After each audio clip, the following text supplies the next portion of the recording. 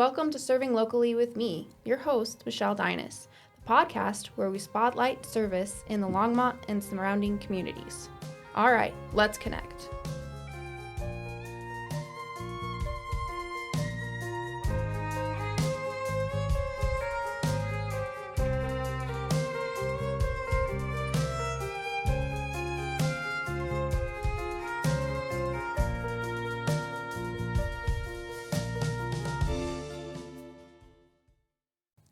Hi, and welcome to today's episode of Serving Locally with me. Today, we are here with Rebecca from Mountain States Children's Home. It's a long name. It is long. It is so long. MSCH? You're going. MSCH, that's good. Mountain States Children's Home. And I'm real excited to learn more about this organization. I know a little bit, but the little bit that I do know, I just love. So I am very honored that she is here to talk to us today. So we'll just start off with who are you, and can you just give us a little quick overview of what Mountain States Children's Home is all about? So Mountain States Children's Home I'm Rebecca. Mountain States it's a residential child care facility. We're located just about 3 miles north of Longmont. And we take 100% private placement. So we don't take any government placements. We don't take any government funding. And so it's just parents that are having trouble with their kids, kids getting into trouble, and they just reach out to us for help. So that's basically, they come from a variety of backgrounds and behaviors. They're having trouble with school, identity, attention, depression, and sometimes abuse and neglect, but not always. I always like to say none of our kids are there for the same reason. So it's not blanketed. As per every child is Right? very individual. Yeah. That's good. Yeah. Can you give us a little background about your organization? So we've been around since 1960. We sit on 155 acres out. You guys should come. 155 acres. You guys should really come because so many people, like I said, we're just 3 miles north of Longmont. And so many people are like, I drive by there all the time. I didn't even know that was there. And so our campus is almost like, it's just like a little community. I had a note on here because I always forget the numbers. 90 acres of it is under a pivot system with like hay and alfalfa, and that's contracted out. But then we also raise our own beef. So the opportunity for the kids to see farm calf to table, basically. Oh, wow. Yeah, it's really neat. But then it is just houses all out there too. It's not all just farm, but it's really beautiful. And our campus is just beautiful. It sells itself. So yeah. Awesome. So what is your focus at Mountain States Children's Home? So our focus, our program is based off of, actually Luke 2:52 is our kind of the focus of our program, the basis of our program. We have 4 areas of care. We believe in a balanced approach to each child. And Luke 2:52 is Jesus grew in wisdom and stature and favor with God and favor with man. And so that gives us our 4 areas, wisdom being our educational focus, stature being the physical growth, God being spiritual, and then favor with man being the emotional, social piece. And really, we are a faith-based organization, but we don't deny people if they don't share the same faith. Even non-believers, a lot, they recognize the balance of caring for they just say it differently, mind, body, spirit, mind, body, heart, and soul. But it's a balanced approach to care that you can't just focus in on one piece and help a child. So our tagline is a deeper level of care. And that's why when we were chatting with your dad that we say a typical stay is 12 to 18 months. And that does seem like a long time, especially with your kids, you think of not having them in your home for 12 to 18 months. That is a really long time, but real change doesn't just happen in 3 months or 60 days or whatever, or 1 hour session a week or something. It's to change. What do they say? You have to do things 2,000 times to be a master at it. So that's a good way to go about that. Yeah, for sure. What makes the work of Mountain States Children's Home different than other similar serving organizations? I love this question actually because I think we are very different in a lot of ways. But the one that stood out to me the most was our family model of care. So, like I said, kids are placed with us from private placements from parents, whether it's, adopted, sometimes grandparents, sometimes it's mom and dad together, but rarely. A lot of times it's single parents. And we place them into homes with a mom and a dad, with a family. And it's not shift workers. That's actually my background. I think I forgot to say that at the beginning. I'm the marketing and communications coordinator, but my husband and I were actually house parents out there for 8 years, actually. We left for a little while, and I went back to school, and then Mountain States poached me back.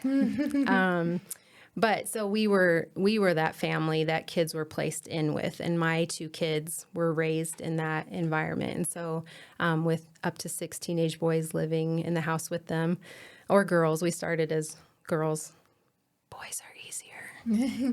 I don't know. Actually, right now, I think on campus, currently, I think the girls are, it ebbs and flows. They each have their own definitely challenges, pros and cons. Definitely, we love them. We need all of them. Yeah, but that's unique. A lot of residential childcare facilities.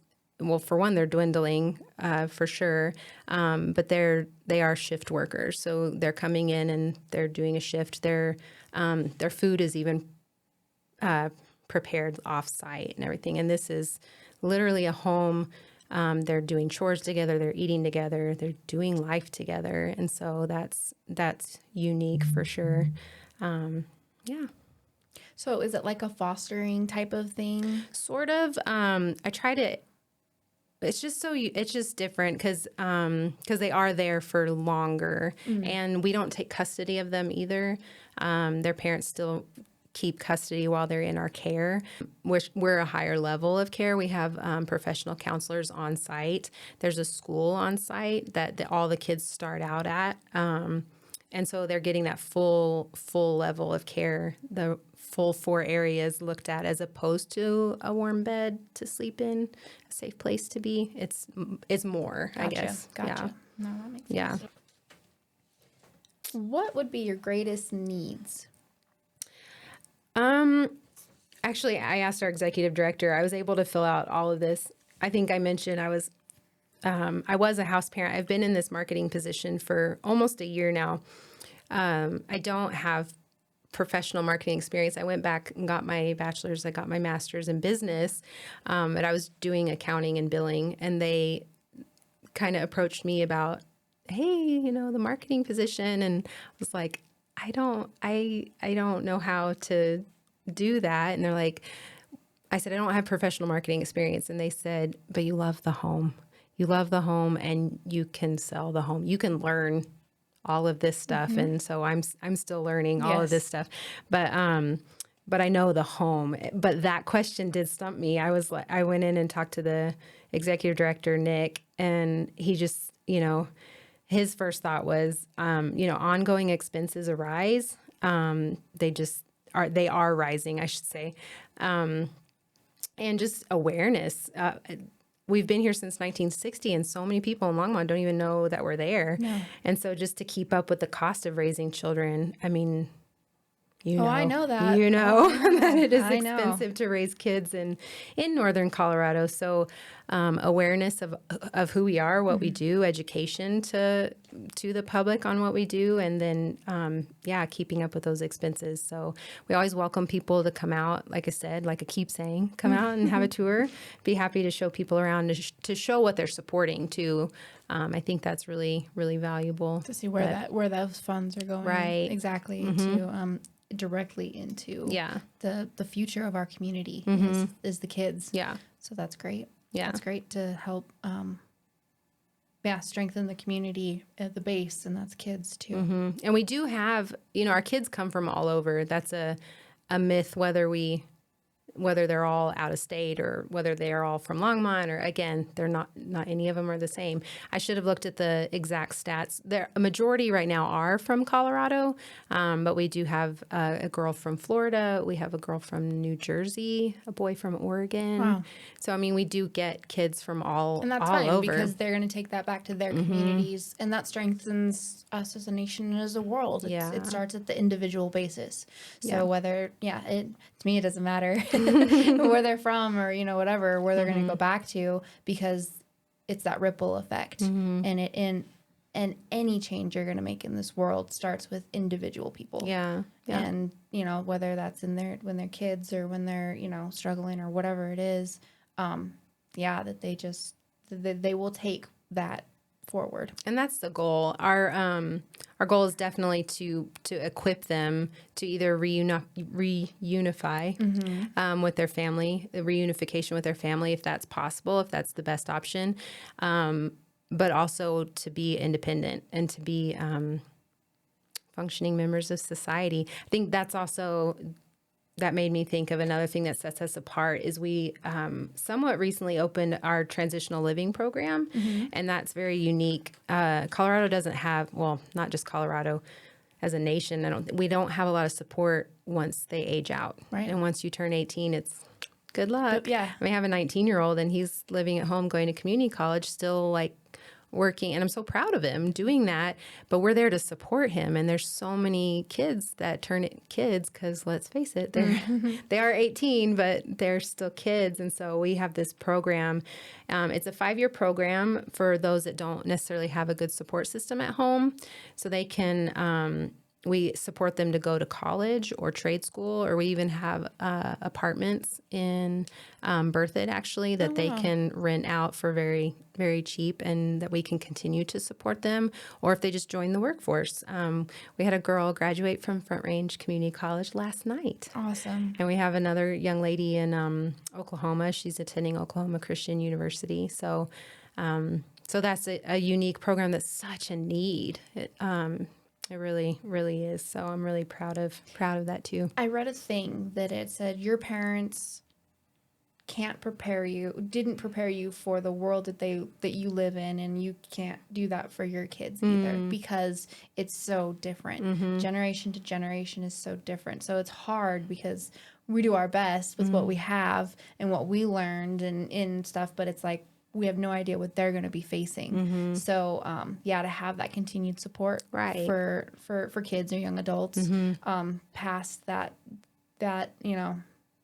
coming of age, that's real important. I see the value in that, absolutely. Yeah. And so many of our kids do stay in contact with us. I know, especially the relief parents I mentioned, she's been there a really long time, and kids can know to come back and talk to her. And I'll get messages on Facebook from old boys and things like that. And it's neat. So to continue that support, if they want, now we don't seek all that out necessarily. I'm not like following up with every boy that's ever lived in my house. But if they do, they reach out. We'll have kids.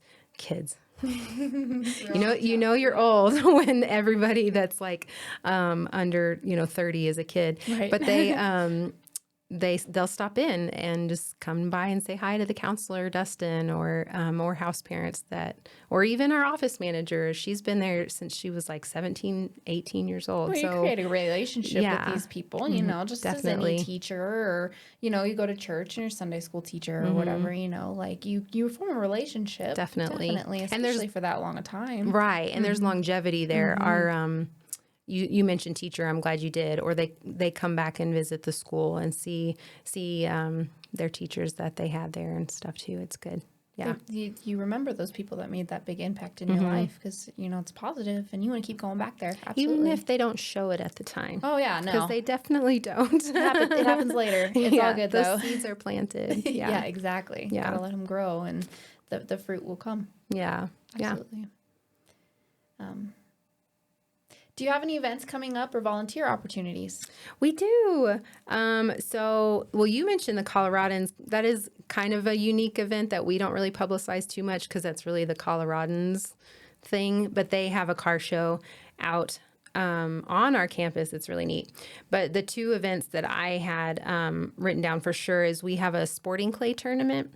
So it's our 7th annual sporting clay tournament, and that's a good fun time.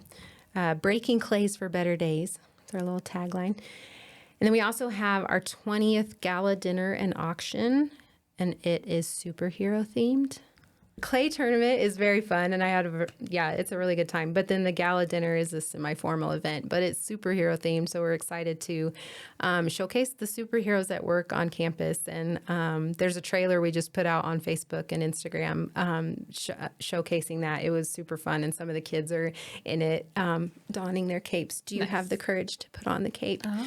As far as volunteer opportunities, I haven't mentioned our thrift store. Did you know we have a thrift store? I did. It's amazing. And I actually, pretty much I might have got this shirt there actually that I'm wearing now that I think of it. I should have totally been more intentional. I do. Most of my clothing, I go to the thrift stores or consignment shops here and around. So most of the stuff you see, this is from the thrift store.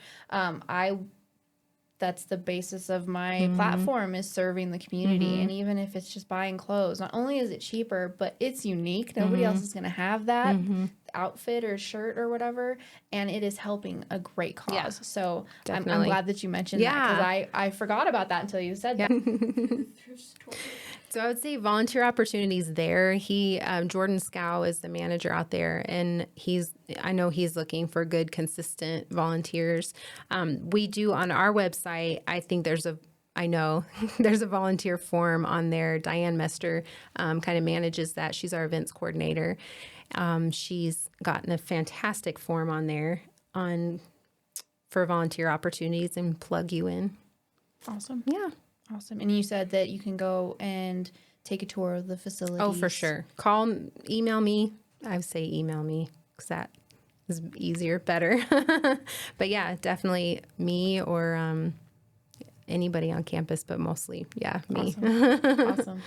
Along those lines, how can people contact and find out more about Mountain States Children's Home? So we do have a website that is pretty extensive. We really do work. It gets backburnered sometimes with other projects, but then we'll dig back into it. That's pretty beefy in a lot of areas, but it has a lot of information about us. We recently just updated a lot of the ways to give section, and it's the really technical financial stuff that I copy and pasted a lot of from people that know what they're talking about. And so that's really, really beefy, but that section on our website, but then we're on Facebook and Instagram as well. Our website's msth.org, nice and simple, but our Facebook and Instagram handles are nice and long, Mountain States Children's Home. But to find out more. And I will obviously have all that in the show notes and on my QR code. You can always find them there. And anything that they post, I forward on my Instagram and Facebook also, and they'll be on my website as well. So is there anything else that you would like to add or talk about before we close? Since it's mostly Colorado people that see this, I did want to highlight that we are a qualified child tax care credit organization, if I say all those words right. Mm-hmm. So Colorado residents that donate to us, they qualify for that credit, for that tax credit, and it's a 50% credit. Wow. So that's amazing. I don't know why I'm looking at you now, because you don't have to pay that. but yeah, it's a credit back to you, and it's 50%. So it's amazing incentive to obviously talk to your tax advisor. Don't take my word. Right. but we are a qualified agency for that. That's good. So that's good stuff. Is there anything that I said that maybe sparked questions that I didn't cover? Not that I was already asking questions. Looking at you. We are a ministry of the Longmont Church of Christ. I'd be remiss if I didn't say that. That was going to be a question I was going to ask. We're under their eldership, and we are overseen by a volunteer board of directors that are amazing. The women, there's a couple women on our board that just did a ladies' spa day for our moms, our house moms. Oh, cool. It was so neat. I haven't seen pictures yet, but yeah, so that was really neat too. So yeah, lots of support. That's good. Good. Well, I just wanted to say thank you so much. Yeah, thanks for having me. For coming out. I hope it wasn't too bad. No, I think it was good. Nice, relaxed environment. But yeah, I just am very happy to have you on the show, and I appreciate all that you guys are doing. Thanks. And my tagline is with faith. So I Yeah. appreciate that also for those that need it or not or feel like they do. That's near and dear to my heart also. But yeah, Thanks, to help kids, whether they're our long monsters or if they're whatever in the nation, it doesn't matter. We're all children of God. So I truly appreciate all of that, and I look forward to doing more with you guys. Yeah, thanks for reaching out to me. Appreciate it very much. Yeah. Right. Thank you. Thanks. Thank you to my guests, my listeners, and my supporters. Serving together, we can strengthen our community. Please like and subscribe. Do all those other things. You got to do them, because that's the easiest way that you can serve right now. All right, now go. Connect with others and be a blessing.